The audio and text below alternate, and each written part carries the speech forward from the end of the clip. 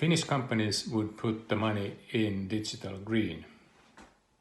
This was the headline of an article in the Finnish business daily Kauppalehti 1 week ago, in an article about where to allocate the massive EU recovery funds. The article was inspired by the tech industry's digital green agenda, which emphasizes that the recovery funding should be allocated in our strongest capabilities in a way that improves our global competitiveness, both in European Union and in Finland. In Finland, we believe that we are leaders both in digital and green. In digital, we already lead the Digital Economy and Society Index, and the digital transformation of our industry is well underway at the moment. This transformation will dramatically improve the productivity of the industry and introduce completely new services and business models in future. Naturally, a lot of research, development and innovation is required to really make this happen. Digital and data are also key enablers of the green. Let's look at climate change as an example.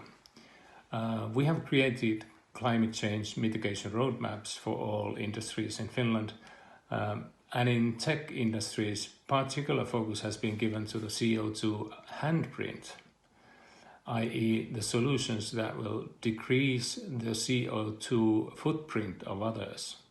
Studies show that the handprint of the tech industries is already today as much as 20 megatons CO2 equivalent per year, which is, by the way, 3 times our footprint in the industry.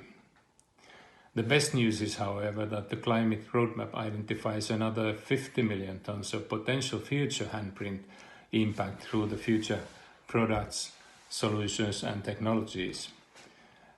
This would be big enough to offset the total current footprint of the whole country.